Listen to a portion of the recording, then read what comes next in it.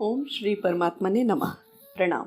इस भाग में हम श्रीमद् भगवद गीता के द्वितीय अध्याय के श्लोक 54 से 72 तक का अक्षरशः वर्णन करने का प्रयास करेंगे। यह वर्णन है उस दृश्य का जब अर्जुन अपने मन के संशय दूर करने के लिए श्री कृष्ण भगवान से प्रश्न कर रहे हैं। कह रहे हैं, हे केशव, समाधि में स्थित परमात्मा को प्राप्त हुए स्थिर बुद्धि पुरुष का लक्षण क्या है? वह स्थिर बुद्धि पुरुष बोलता कैसे है, बैठता कैसे है और चलता कैसे है? इस पर श्री भगवान कहते हैं, हे अर्जुन, जिस काल में यह पुरुष मन में स्थित संपूर्ण कामनाओं को भली भांति त्याग देता है और आत्मा से आत्मा में ही संतुष्ट रहता है, उस काल में वह स्थित प्रज्ञ कहा जाता है। दुखों की प्राप्ति होने पर जिसके मन में उद्वेग नहीं होता, सुखों की प्राप्ति में जो सर्वथा निष्प्रिय है तथा जिसके राग, भय और क्रोध नष्ट हो गए हैं, ऐसा मुनि स्थिर बुद्धि कहा जाता है। जो पुरुष सर्वत्र स्नेह रहित हुआ उस शुभ या अशुभ वस्तु को प्राप्त होकर ना तो प्रसन्न होता है और ना द्वेष करता है, उसी की बुद्धि स्थिर है। और कछुआ सभी ओर से अपने अंगों को जैसे समेट लेता है, वैसे ही जब यह पुरुष इंद्रियों के विषयों से इंद्रियों को सब प्रकार से हटा लेता है, तब उसकी बुद्धि स्थिर है, ऐसा समझना चाहिए। इंद्रियों के द्वारा विषयों को ग्रहण न करने वाले पुरुष के भी केवल विषय तो निवृत्त हो जाते हैं, परंतु उनमें रहने वाली आसक्ति निवृत्त नहीं होती। इस स्थित प्रज्ञ पुरुष की तो आसक्ति भी परमात्मा का साक्षात्कार करके निवृत्त हो जाती है। हे अर्जुन, आसक्ति का नाश न होने के कारण ये प्रमथन स्वभाव वाली इंद्रियां यत्न करते हुए बुद्धिमान पुरुष के मन को भी बलात् हर लेती हैं। इसलिए साधक को चाहिए कि वह उन संपूर्ण इंद्रियों को वश में करके समाहित चित्त हुआ मेरे परायण होकर ध्यान में बैठे, क्योंकि जिस पुरुष की इंद्रियां वश में होती हैं उसी की बुद्धि स्थिर हो जाती है। विषयों का चिंतन करने वाले पुरुष की उन विषयों में आसक्ति हो जाती है।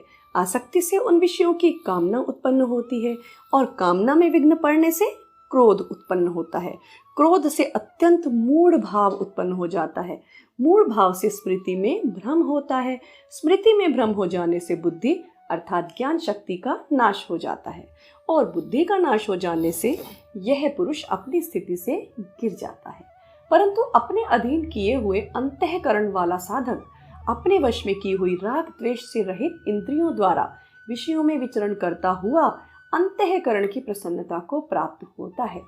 अंतःकरण की प्रसन्नता होने पर इसके संपूर्ण दुखों का अभाव हो जाता है और उस प्रसन्न चित्त वाले कर्म योगी की बुद्धि शीघ्र ही सब ओर से हटकर एक परमात्मा में ही भली भांति स्थिर हो जाती है।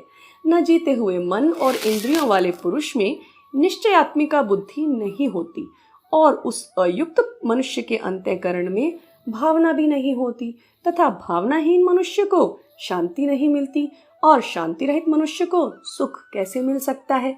क्योंकि जैसे जल में चलने वाली नाव को वायु हर लेती है, वैसे ही विषयों में विचरती हुई इंद्रियों में से मन जिस इंद्रिय के साथ रहता है वह एक ही इंद्रिय उस अयुक्त पुरुष की बुद्धि को हर लेती है।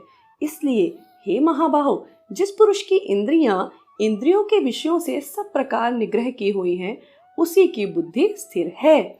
संपूर्ण प्राणियों के लिए जो रात्रि के समान है, उस नित्य ज्ञान स्वरूप परमानंद की प्राप्ति में स्थित प्रज्ञ योगी जागता है और जिस नाशवान सांसारिक सुख की प्राप्ति में सभी प्राणी जागते हैं, परमात्मा के तत्व को जानने वाले मुनि के लिए वह रात्रि के समान है। जैसे नाना नदियों के जल सब ओर से परिपूर्ण अचल प्रतिष्ठा वाले समुद्र में उसको विचलित न करते हुए ही समा जाते हैं, वैसे ही सब भोग जिस स्थित प्रज्ञ पुरुष में किसी प्रकार का विकार उत्पन्न किए बिना ही समा जाते हैं, वही पुरुष परम शांति को प्राप्त होता है, भोगों को चाहने वाला नहीं। जो पुरुष संपूर्ण कामनाओं को त्याग कर ममता रहित, अहंकार रहित और स्पृहा रहित हुआ विचरता है, वही शांति को प्राप्त होता है, अर्थात वह शांति को प्राप्त है। हे अर्जुन, यह ब्रह्म को प्राप्त हुए पुरुष की स्थिति है। इसको प्राप्त होकर योगी कभी मोहित नहीं होता और अंतकाल में भी इस ब्रह्मी स्थिति में स्थित होकर ब्रह्मानंद को प्राप्त हो जाता है। और यहाँ पर श्रीमद् भगवद गीता का द्वितीय अध्याय संपूर्ण होता है। श्रवण हेतु धन्यवाद एवं प्रणाम।